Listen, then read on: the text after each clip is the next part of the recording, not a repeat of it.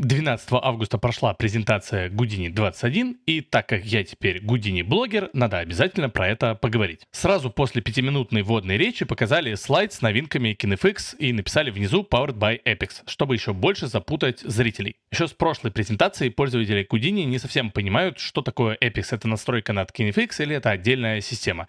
Теперь стало только сложнее. Почему-то начали с обновленной физики рэгдоллов.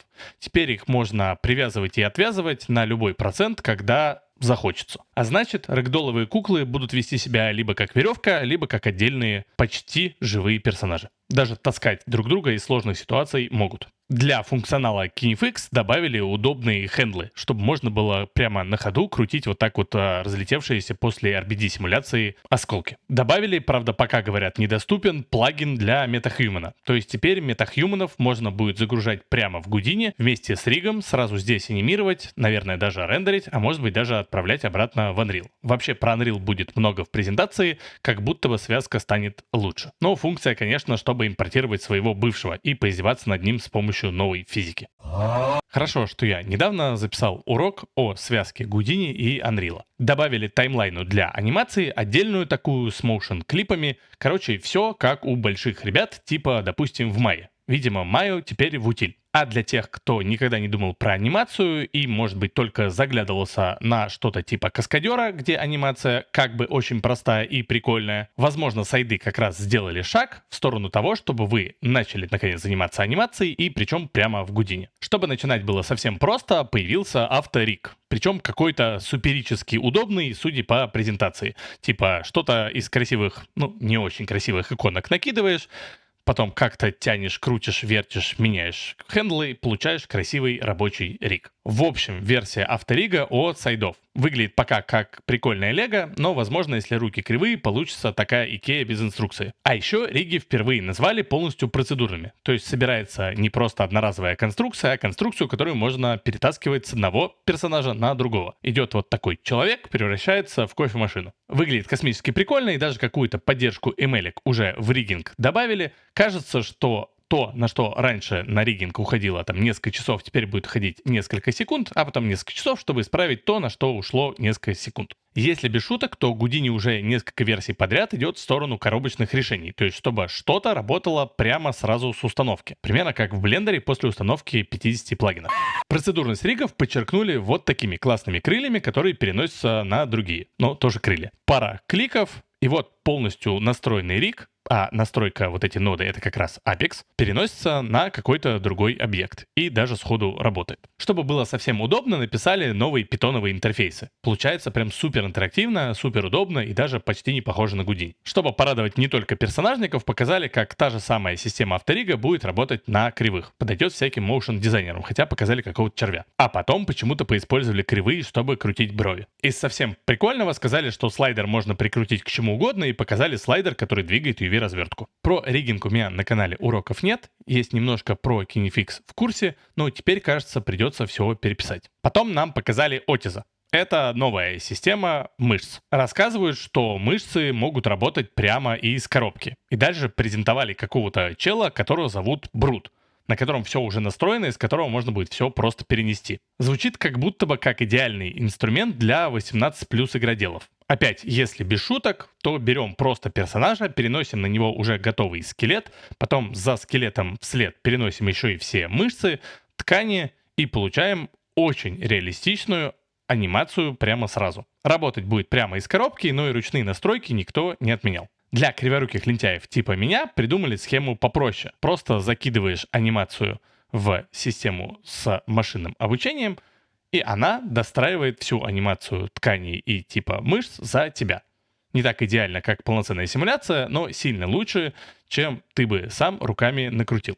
Такой автотюн, но для риггинга. Потом нам снова показали новую таймлинию и какой-то динамический скульптинг. Динамический в смысле, что мы используем скульпт-формы, чтобы между ними анимироваться. Тут непонятно, как будто бы они и скульптинг хотят отжать у бедного блендера. Или хотят отжать аудиторию у ZBrush, представив новый ремешер. На показанных примерах работает реально круто. Плюс еще и достаточно быстро, вроде как. Плотность сетки подбирается под уровень лени. Бонусом добавили ноду Unsubdivide. Кто понял сейчас, что она делает из названия, тот дико возрадуется. Реально востребованная функция. А вот что было не очень ожидаемо, так это новая UV-развертка. Называется UV из точек. Работает примерно как вороной. Генерируем какие-то точки, и с этих точек проецируются айленды UV-шек. Можно получить очень предсказуемую и, судя по всему, очень быструю развертку. Для всякой органики как будто бы почти идеальное решение. В пару ему показали новый бейкер, который будет работать прямо из копов, то есть из того самого нового Коперникуса,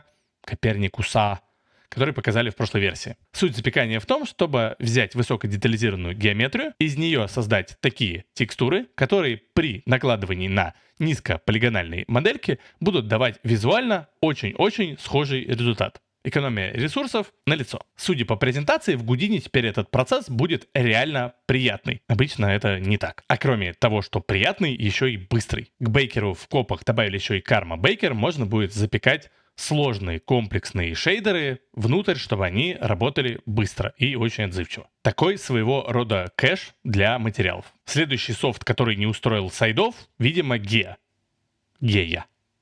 Сайды полностью переписали движок эрозии, и теперь эта эрозия делается быстро, с меньшим количеством непонятных настроек и гораздо красивее. То есть карту для вашей новой инди-игры будет делать значительно веселее. Новая эрозия работает через копы, а также в сами копы теперь можно напрямую импортировать хайфилды и прямо там на них воздействовать. Это должно суперически ускорить процесс создания клевых ландскейпов, то есть пейзажей по-русски. Раньше вот такие раскрашенные поверхности создавались в Geia за один клик, а в Houdini за 21, а теперь как будто бы и в Houdini тоже будет за один. Сюда тоже завезли машинное обучение, сделав несколько моделек для эрозий, чтобы вообще не ждать ни секунды, рисовать в реальном времени и получать какие-то быстрые заготовки для карт. А так как хайфилды теперь делаются через копы, они еще и полностью тайлable, то есть бесконечный, тайлится во все стороны. Я прямо как в воду глядел, когда записывал урок про хайфилды, который вышел вот прям совсем недавно. Ну и чтобы полностью закрыть гештальт, нам еще раз презентовали биомы от Labs, чтобы рассказать, как просто теперь будет расставлять елки по карте. Биомы — это такой навороченный скатер.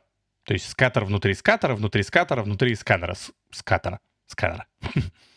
Короче, много правил и возможностей, чтобы собирать процедурное заполнение любого ландшафта какой-то растительностью. И опять показали кадры из Unreal, как будто бы все-таки с Unreal связка будет поплотнее. Еще говорят, что вулкан Viewport стал сильно красивее, но по этой картинке так сразу и не скажешь. Но теньки появились. И когда зритель уже разочаровывается, показывают галочку Use Ray Tracing внутри настроек Viewport, который отдает прям классный результат. А потом еще и светильники начинают показывать. Сразу следом показывают, что теперь можно будет импортировать Gaussian Splatting. Я не знаю, как это по-русски вообще называется. Это такие сканы окружения, которые выглядят как разноцветные пятна пикселей, но при рендере превращаются вот в такую реалистичную картинку. Главный прикол Gaussian Splatting в том, что это на самом деле набор точек. А набор точек можно передвигать как любые другие точки в Houdini. Результат будет немножко странный, там дырки будут оставаться, но тем не менее использовать такую технологию можно. И это прикольно. И говорят, даже довольно оптимизировано. Потом нам показывают отвратительно нереалистичный рендер с использованием того самого Gaussian Splatting, а еще через мгновение нам показывают точно такой же отвратительный рендер, но теперь отрендеренный в новой карме. Качество, конечно, спорное, но применение на самом деле у этого есть. Можно взять какой-то соседний двор и врисовать туда компьютерную машинку. Это чуть-чуть проще, чем трекать камеру и врисовывать в трек. В Solaris появилась огромная кнопка по созданию нового проекта, которая, по моим ощущениям, призвана только усложнить понимание USD формата для новичков, потому что дает сразу кучу каких-то не очень используемых нод. Но зато появился какой-то новый мультишот workflow. То есть система для работы с кучей камер. Посмотрим. Добавили также какую-то специальную настройку отображения сцены, чтобы быстрее и оптимизированнее видеть геометрию. Как будто бы будет удобно для больших сцен. Совершенно неожиданно показали поддержку OpenPBR. Это такой Uber-шейдер, который, в отличие от стандартного шейдера кармы, позволяет добавить блески, вот эти вот флюки, флуки, в краску на машине. А еще OpenPBR шейдер подходит для рендера волюметриков, чтобы делать вот такие красивые рендеры взрывов. Бонусом показали, что теперь будет очень легко раскрашивать уточек. И отдельно показали ноду Ray Switch, которая позволяет по-разному настраивать разные преломления и отражение лучей. Как будто бы очень-очень хотят отжать рынок у Redshift. А еще нода Material Mix умеет теперь соединять до 16 шейдеров, а не 2, как раньше, внутри Karma XPU. Появилась клевая настройка Limit Color.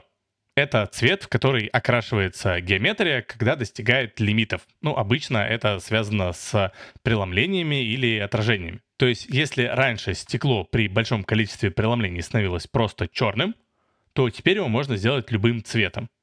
И спойлер, во многих ситуациях изменение цвета спасет вашу картинку, и не надо будет повышать лимиты. Все уроки у меня на канале рендерятся в карме, и в курсе я тоже рассказываю карму, но теперь со всеми этими изменениями, кажется, модуль придется переписывать. Буквально 5 секунд нам показали какой-то обновленный фур шейдер, то есть шейдер меха.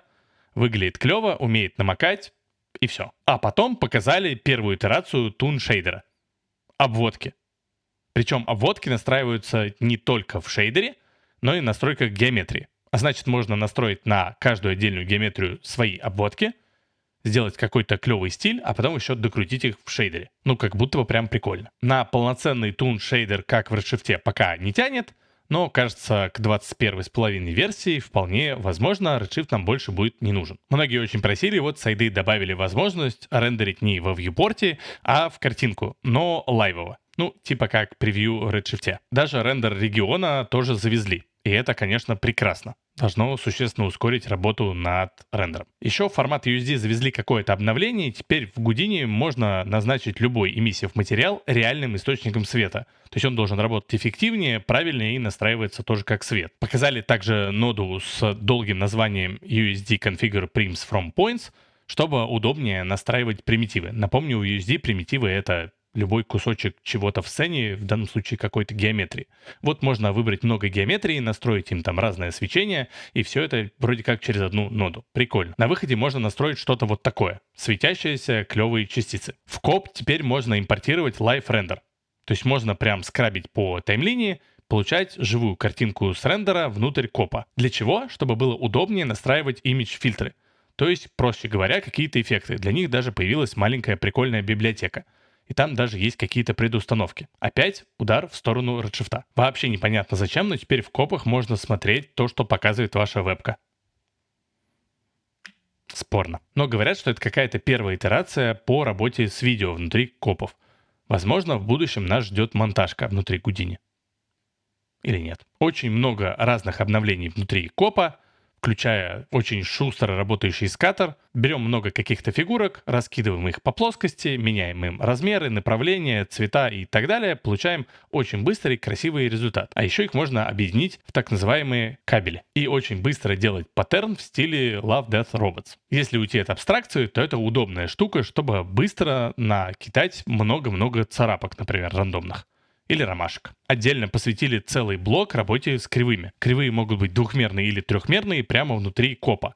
Потому что коп, оказывается, это не только двухмерная система, это еще и трехмерная, то есть комбинированная. Не очень понятно, почему именно на кривых было такое сосредоточение внимания внезапное в копах, но тем не менее. Вроде прикольно. Говорят, как классно поработали наши дизайнеры, сделали вот такую красоту. Просто линиями. Просто в копах. Дальше показали пример чуть поинтереснее. Взяли трехмерную геометрию, растеризовали ее в плоскую, нанизали ее на кривую и показали, как с одной стороны она ловит на себя правильный свет, с другой стороны она абсолютно двухмерная. Прикольно. И хоть один красивый пример они тоже показали. Вот такая вот анимация сделана целиком через копы.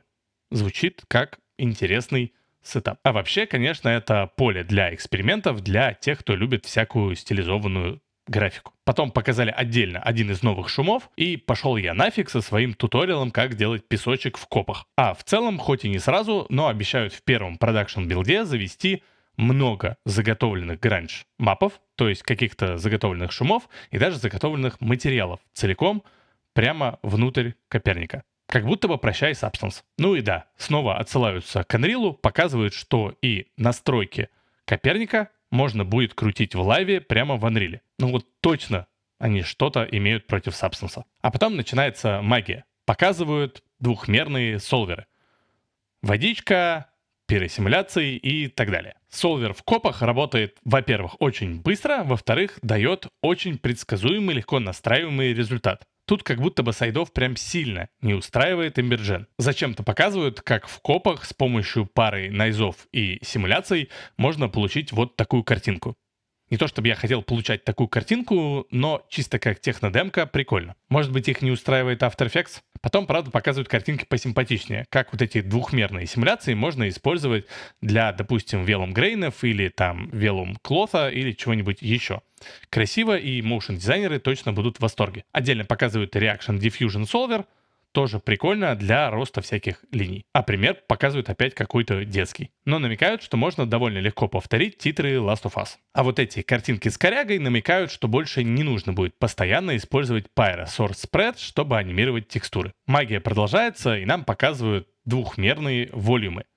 Они на самом деле трехмерные, но умеют растеризоваться в плоскую картинку. Работает супер шустро, выглядит крайне реалистично для такой скорости, и как будто бы это удар по Embergen. В пользу этой теории Live Preview. Можно двигать источник дыма, и вся симуляция будет обновляться в реальном времени. Ну, ровно как в Embergen. Но так как потом трехмерная картинка превращается в двухмерную, ее можно сказать уже как двухмерную.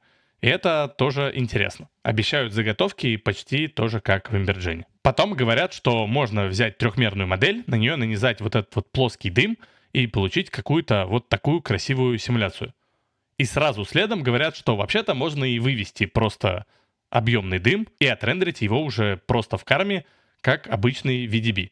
То есть как дым, собственно говоря. Ну и как принято в Houdini, можно этот выведенный дым поиспользовать для искажения, например, партиклов. Самый часто цитируемый референс теперь будет делаться иначе. Быстрее. Зачем-то рассказали нам, что копы — это пока не композер, но при этом туда можно загрузить пас глубины, увидеть вот такую вот картинку в объеме, воткнуть в нее дым, он правильно расположится, потом правильно прочитать криптомату, выделить нужные объекты, сделать четкую, красивую, аккуратную маску, по этой маске удалить часть дыма, которая должна пересекаться объектом, и даже в анимации, так как у нас правильный пас глубины, все будет красиво работать.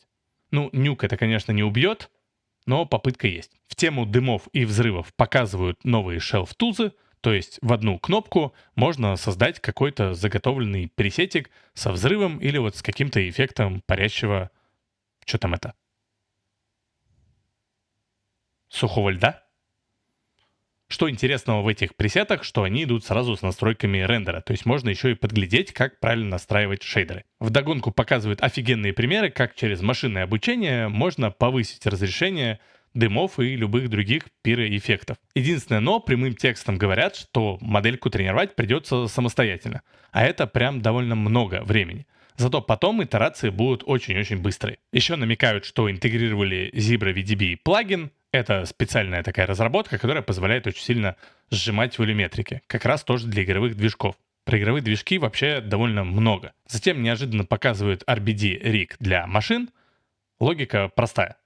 Указываем, какие материалы в машине используются, то есть выделяем те кусочки геометрии, которые соответствуют там стеклу, металлу, что там, дереву и так далее, и все дальше работает само собой. Ручные донастройки никто не отменял, но в целом должно сходу, с лету из коробки работать с любыми похожими на машину мешами. Вот, например, с самолетом. Демо-сцена прям офигительная, что уже неожиданно для этой презентации. Чтобы добить тему с машинным обучением, показывают новый тип мешинга, то есть превращение точек в готовую геометрию.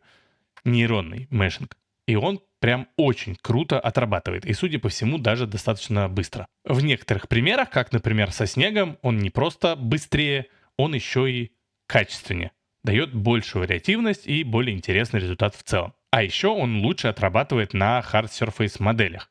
И это, скорее всего, будет полезно для NPM Solver, о котором они поговорят чуть-чуть позже. А еще у нейронного мешера, по их заявлениям, практически нет фликеринга. Или нет вообще. Под завязку презентации рассказывают, что в NPM Solver появилась Surface Tension, то есть поверхностное натяжение. Можно делать вот такие вот красивые рендеры. Пока практически ничего не сказали про оптимизацию, поэтому, скорее всего, это не очень быстро будет, но красиво. Еще показывают красивый Porsche, тоже с поверхностным натяжением, который под крышей почему-то обливается дождем. А потом показывают офигительную сцену с какими-то там тоннами миллионов партиклов. Очень красиво выглядит. И единственное, что здесь сделано из оптимизации, здесь последовательно настроена какая-то уменьшенная по количеству симуляция, потом найдены точки, где геометрия разламывается, в этих точках нагенерены еще точки, потом где они разламываются, нагенерены точки в третий раз, каждые новые точки все мельче и мельче, и получается вот такая слоистая симуляция, которая просчитывается сильно быстрее, а эффектность ее прям зашкаливает. Но я бы не рассчитывал все равно, что NPM внезапно станет очень-очень быстрым солвером. Это вообще не про NPM. К NPM также показывают две новые ноды, Post-Fracture и Deform Pieces. По сути, это система для того, чтобы как-то мешать твердотельные объекты. То есть в прошлый раз, когда анонсировали NPM, показывали разрушение здания. Но было совершенно непонятно, как его замешать. Ведь если он в рандомном месте начинает разрушаться по типа всем законам физики, непонятно, а как, собственно, моделька должна себя вести. Теперь для этого существуют две отдельные ноды. Одна отсматривает будущее разрушение, в нужных местах делает стыки на геометрии, и по этим стыкам потом, собственно, ее и ломает. А вторая переносит вот эти уже разбитые на стыке кусочки геометрии, анимирует, как бы чуть-чуть деформируя, по симуляции NPM. В сухом остатке можно получать вот такие красочные разрушения с сохранением всей исходной геометрии. Еще появился отдельный NPM Surface. Это тоже мешер, тоже новый, специально предназначенный для NPM.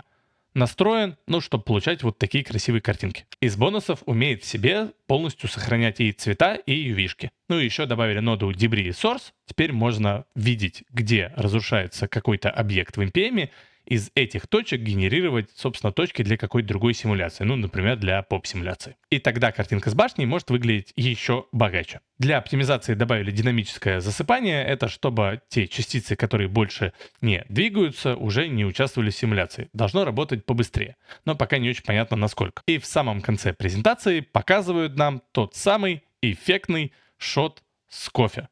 Во-первых, говорят про то, что добавили там какое-то давление, чтобы можно было делать вот эти слоистые материалы, а потом показывают, как будто бы почти что съемку просто кофе. Если компьютер позволит, обязательно будем учиться делать такое в каких-то следующих туторах.